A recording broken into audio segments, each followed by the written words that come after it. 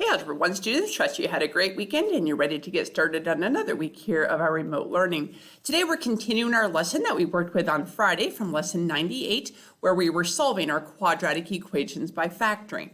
A quadratic equation, which is simply an equation where you have an x squared. We saw on Friday there was an equation that was already factored. It was already broken up into two parentheses for us, and we were able to solve. And we also saw one that we could factor using our key question of what multiplied to get the last number and added together to get the middle number in order to correctly factor into the two parentheses so that we could solve. Again, just reminding ourselves of what we are attempting to do. We are trying to find the roots of the equation, and the roots simply are the solutions. It's what you have for x in the question. As we saw on Friday, there could be 0 roots, 1 root, or 2 roots. Most of our equations do have 2, but there is a possibility that you could just have 1 root or 1 answer in your question. When normally you would have 1 answer in your question is when the two parentheses would be identical because they would give you the same answer out of each one of the questions. In order to help us find the roots, to find these solutions, we were using what was called the zero product property.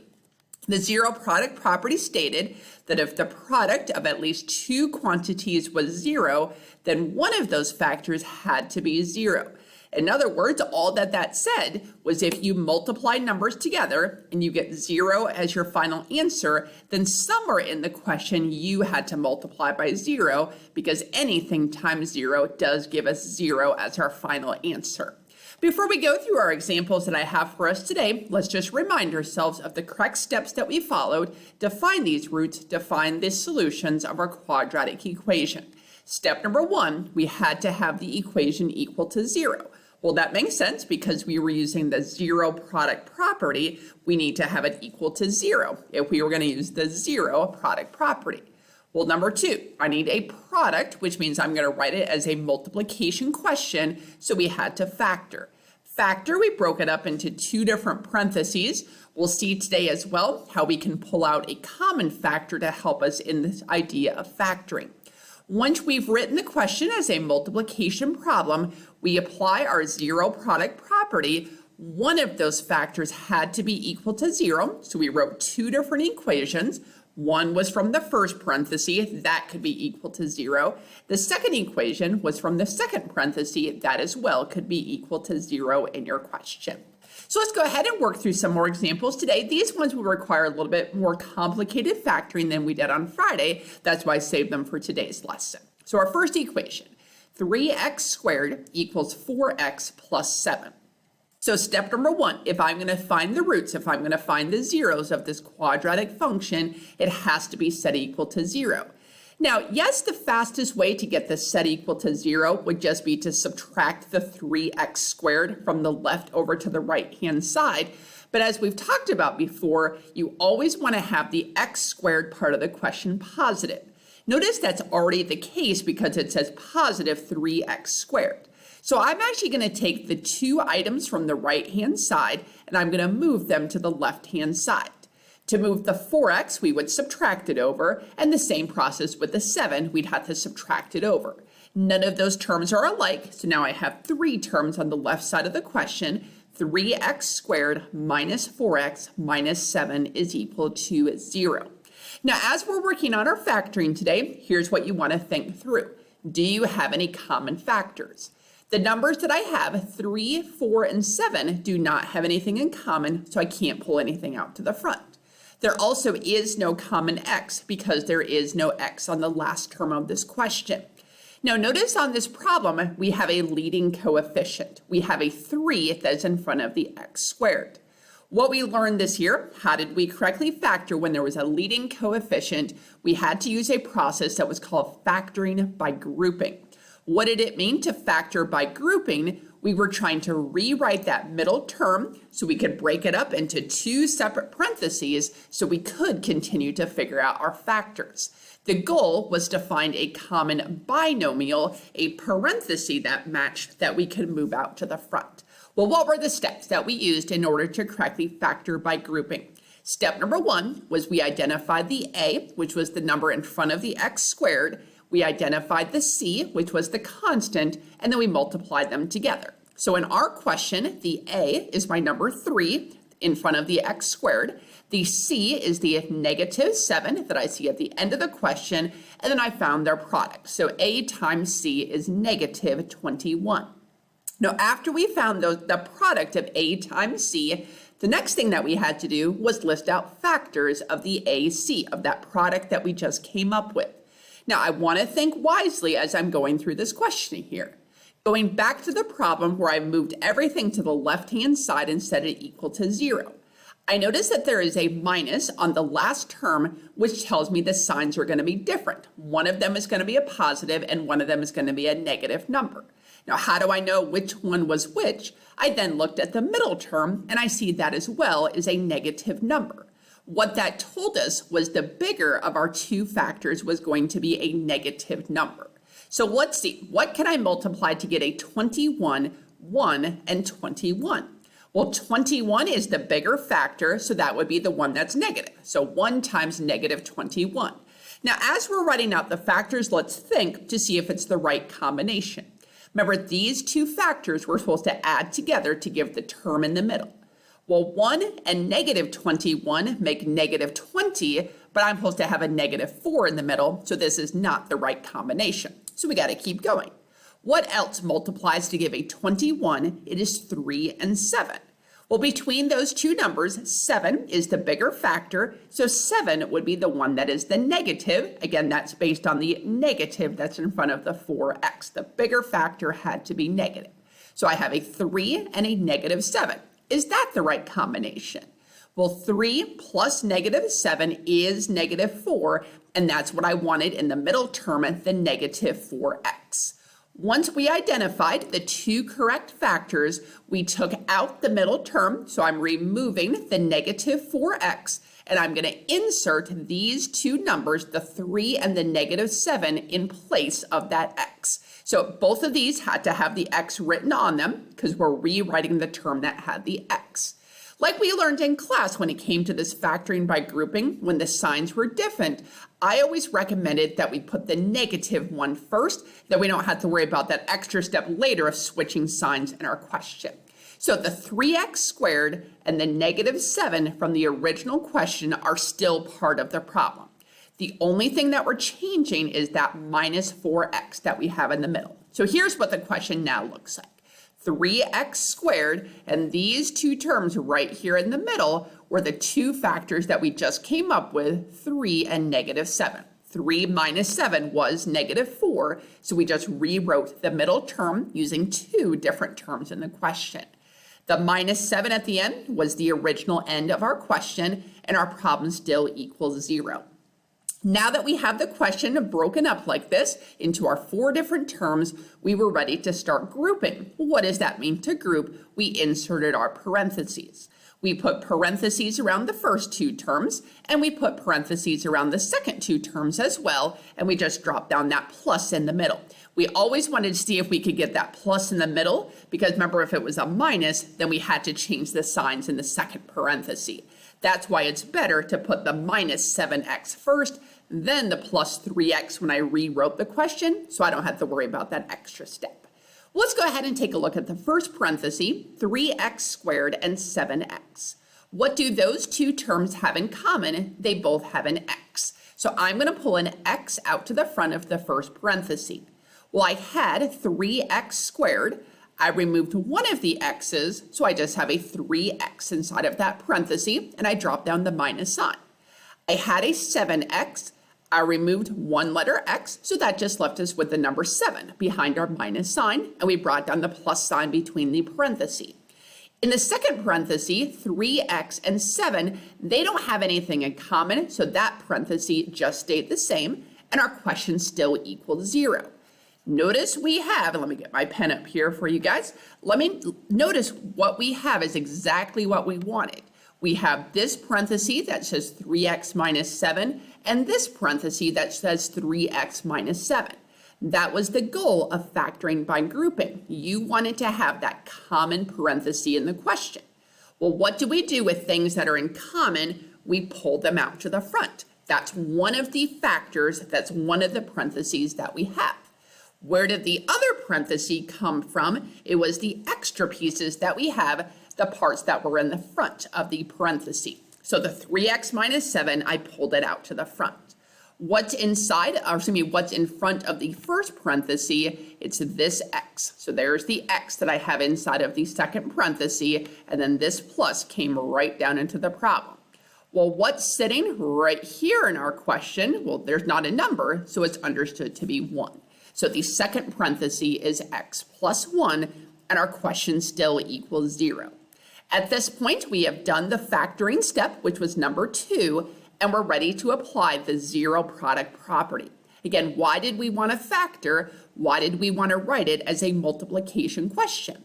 We know that a multiplication question that is equal to 0, one of the factors, one of the pieces that I multiplied together has to be equal to 0. That's how we're going to write our question at this point. The first parenthesis, the 3x minus 7, that could be the part that's equal to 0, or the second parenthesis, the x plus 1, that could be the part that's equal to 0 as well. Both of these equations need to be continued to solve for x, because remember, we're looking for the roots, we're looking for the answers for the x. The first equation is going to take us 2 steps. The second equation will just take 1. So let's look at the first equation. What would I need to do first? I would have to add the 7 over. So I have 3x is equal to 7. And I'll come to the second equation in just a second. I know I have it up there already. So I added the 7 over, so 0 plus 7 is 7. To finish getting the x by itself on the first equation, we're going to divide by 3, and that doesn't divide out. 7 and 3 don't have anything in common, so I'm going to stop right there as our fraction 7 over 3. So don't turn it into a decimal, because then you're going to be rounding. Leave it as a fraction. You can go to a mixed number if you really, really want to, but I'm okay with that improper fraction of 7 over 3. Back to the second equation. The x plus 1 was equal to 0. Well, if our job is to solve, to find the roots, what do I need to do to get x by itself? I'm going to subtract 1. So 0 minus 1 gave me negative 1, and there's our 2 answers that we have in the question. But the most answers we can have is 2, and that makes sense because the question had x squared. The highest exponent tells you the highest or the most number of answers that you can have in your problem. All right, let's see another example together where we're going to have to use this factoring by grouping method, and then we'll do 2 other questions that require a different kind of factoring, and we'll review how did we do that. So the first question, or the next question we have, 6x squared minus 12 is equal to negative 21x. So step number 1, my question has to be equal to 0 before I attempt to factor anything. The x squared is already positive. It says 6x squared. So I need to move this negative 21x over to the left-hand side. To move the negative 21x, we're going to add 21x over. And notice how I wrote the terms in order. I put the x squared first, then the x term, then my constant, and it's equal to 0. So 6x squared plus 21x minus 12 is equal to 0. Now that the question is equal to 0, we want to continue to factor. Now don't forget, the first thing you got to look for when you're factoring is a common factor. 6, 21, and 12 do all have something in common. They all divide by a 3. There is no common x that we have in this question, but I do want to go ahead and remove a 3 out to the front of the question. 6x squared divided by 3 is 2x squared. 21x divided by 3 is 7x. And 12 divided by 3 was 4, and I kept all the same signs inside of the parenthesis. Notice inside the parenthesis, there's the x squared. We need to try to continue to break that down into 2 separate parentheses. Just like the last example, however, we have a coefficient in front of the x squared with that number 2, so I want to use my factoring by grouping method. Now, as I go to work on this factoring by grouping, I am not concerning myself with the 3 that's out in the front. I am only concerning myself with what I have right here inside of the parentheses to do this factoring by grouping. So what was step number 1? We identified the a and the c, and we multiplied those together. So my a right in front of the x squared is 2. My c, the constant at the end, is negative 4. Multiplying those together gives us negative 8. What did we do with that negative 8? We listed out their factors. Now again, think about what you're doing. There is a minus sign right here on the 4, which means that the signs are going to be different as I list out my factors, one positive and one negative. This time, because of the plus that we have in front of the 7x, the bigger factor is going to be the positive number in our question. Well, what can I multiply together to get an 8? Well, I can do 1 times 8. 8 is the bigger number, so that's the one that would be positive. So I could do negative 1 times 8. Is that the right combination? What's negative 1 plus 8? It's 7. And that's what I want as the middle term. So I already found the correct combination, and I don't need to continue to list out any other factors of the number 8. Because we do have the 1 negative and the 1 positive, again, my suggestion is to always put the negative one first, then the positive as you're rewriting that 7x that you have in the question. So as I rewrote the problem, don't forget the 3 that's still out in the front. We need to leave that in the front of our question. There was the 2x squared that we still had as the first term. There was the minus 4 that we had as the middle term. Here are the two pieces that we just came up with for the factors. Negative 1x, so technically there's a 1 sitting right here if you need to have that in your question. Negative 1x plus 8x is 7x. So that was the middle term that we had. So I haven't changed the problem. All I did was rewrite it into a different format. Now that we have it written with those two different terms, now we can do our grouping. Now, since we have this term out in the front of 3, as I go to break this into 2 separate parentheses, I'm going to change my original parentheses into brackets, and then I'm going to have parentheses on the inside. That way I just don't have a bunch of parentheses in a row. You could do that if you want to, but sometimes it can be confusing to do that. So I put the first 2 terms in the first parenthesis, and I put the second 2 terms inside of the second parenthesis in our question. And the 3 is still out in the front. If I look at the first parenthesis, 2x squared and x, well, what do those two pieces have in common? They both contain an x, so I can pull that out to the front of the first parenthesis. The second parenthesis, 8x and 4, what do those two have in common? They can both divide by a 4. So the 3, that's still moving right into the front. So don't forget about the 3 as you're doing this kind of question. Here was the x that was in common to the first parenthesis, 2x squared, and I pulled out an x, left me with a 2x. I brought down the minus sign. I had an x, and I took out an x, so I don't have anything left over. So we had to fill in the 1 to that position, because x divided by x is 1. Drop down the plus sign. Here was the 4 that we moved out because that was the common number to the second parenthesis. 8x divided by 4 was 2x. Brought down the minus, and 4 divided by 4 was 1.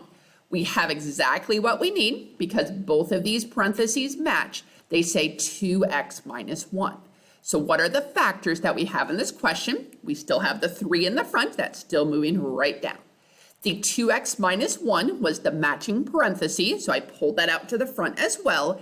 And then the 2 extra pieces were the x that I have right here and the plus 4 that I have right here in front of the second parenthesis, and that went into the x plus 4 parenthesis that I have in my question. The problem is still equal to 0, and we can correctly now use our zero product property. Notice in the problem we actually have 3 factors here. The first factor is the number 3, the second factor is the 2x minus 1, and the third factor is the x plus 4. Well, I have a multiplication question that involves 3 pieces, so any of those 3 pieces potentially could be where the 0 is sitting. Now, if I look at the first factor, 3, can 3 equal 0? No, that's never the case, so I don't want to write that equation down. That doesn't make sense. So the 2 equations I'm going to write down are from the 2 parentheses on this question. The 2x minus 1 from the first parenthesis could be equal to 0, or the x plus 4 from the second parenthesis, that could be where the 0 is located in our question. Focusing on the first equation, how do I solve that for x?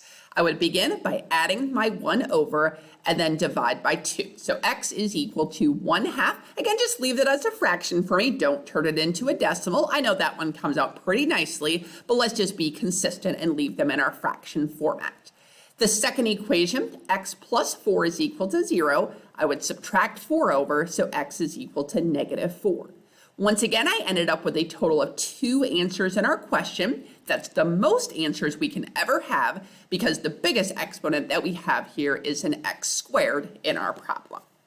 We have two more factoring questions to go over today, and these ones we are not going to factor by grouping, so we got a little break here. We'll see some other things that we can do as we're factoring our question. So 18x squared plus 9x is equal to 0.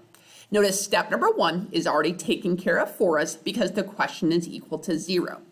As I go to factor, don't forget, we always look for a common factor first, and once again, I do have one on this question. 18 and 9 can both be divided by a 9, and I also have a common x on this question, so I can take out a 9x to the front of the parenthesis. 18x squared divided by 9x would be 2x. 18 divided by 9 was 2. I had two x's. I took one out to the front, so I have one left over, and I brought down my plus sign. 9 divided by 9 was 1 for the second term. I had one x, but I took out one x, so I don't have any x's back there with the number 1, and our question equals 0. Now, notice here, we haven't seen this yet. After I took out the common factor of 9x, there is no more x squared term that we have in this question. That means I can't break it down into two separate parentheses. We had to have the x squared if we were going to do that. So I've already done the factoring by just taking out the common factor. How many factors, how many pieces of this multiplication question do we have? There are 2. The first factor is the 9x from the common factor that we moved out. That part of the question could be equal to 0. The second factor is what was in the parenthesis, the 2x plus 1. That as well could be where the 0 potentially is sitting. Now, notice on this question, different than the last problem, there's an x out here in the front with the number. That's why I do need to include this factor in one of the equations. The previous example just had a 3 in the front. Well, 3 can't equal 0, but 9x can be equal to 0 because I can solve that for x. How would I solve that first equation for x? I would just divide my 9 over, and that would give me x equals 0. On the second equation, how do I begin solving that one for x? I would subtract 1, so now I have 2x equals negative 1, and then I would divide by 2, so x is equal to a negative 1/2. Again, we have 2 total answers because of the x squared that we have in our question. One more example today of how to correctly factor to find the roots. 9x squared minus 4 is equal to 0. Once again, the question already equals 0, so we do not need to worry about that first step. 9x squared and 4 do not have anything in common, so I cannot move anything out to the front of this question. I do have the x squared, so I want to go ahead and break that up into 2 separate parentheses. Now you may be thinking, well, don't I have a number in front of the x squared, so doesn't that mean I need to factor by grouping? I mean, I could, but notice there's no piece here that has an x. There's no like 2x or 8x that we had in the middle. You really want to have that middle term when you're doing the factoring by grouping in your question. So how would I factor this kind of question? It was an example of our difference of squares. Remember, the difference of squares had to have the minus in the middle, and we do have that in this question. Both of these pieces are perfect squares. What can I square to get to the number 9? It is a 3. What can I square for x squared? It is an x. So the first term is a perfect square. The second term, 4. Well, what can I square to get a 4? It is the number 2. So how do I break this into our 2 separate parentheses? There is a minus at the end, which tells me the signs are different. One of the parentheses is plus and one of them is minus. The terms that I have in the parentheses are those pieces that we just came up with.